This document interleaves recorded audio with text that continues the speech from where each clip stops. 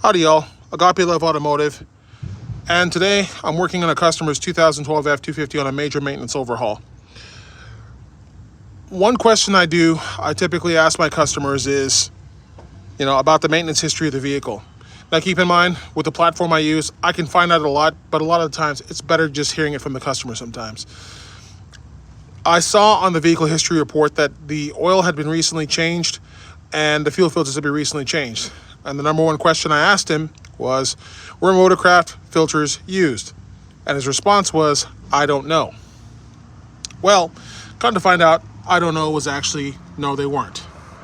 So I had a customer with a 2011 F-250 that did not use Motorcraft fuel filters and paid a very heavy price.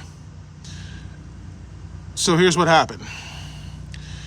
This top fuel filter is the last line of defense should the lower fuel filter become clogged or, let's just say, ruptured, where it just gives for some reason. What was happening was the use of an aftermarket fuel filter, the water separator is down below.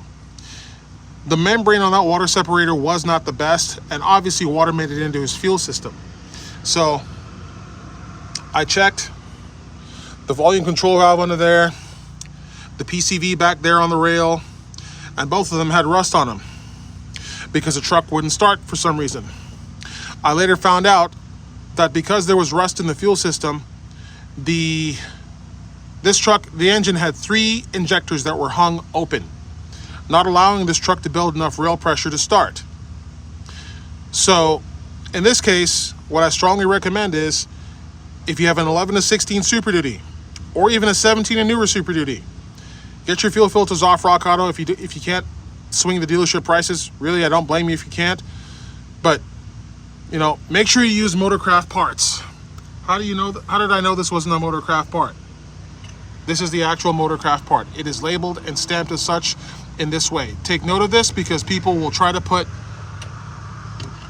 their own little markings on it to make it seem like a Motorcraft part. And you notice how it looks like a Motorcraft part, but it's not. The internals are very different. They're not the same.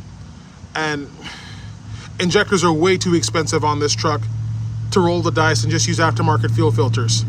It's going to cost you, might even cost you a CP4, and probably almost $15,000 to $20,000 for a fuel system.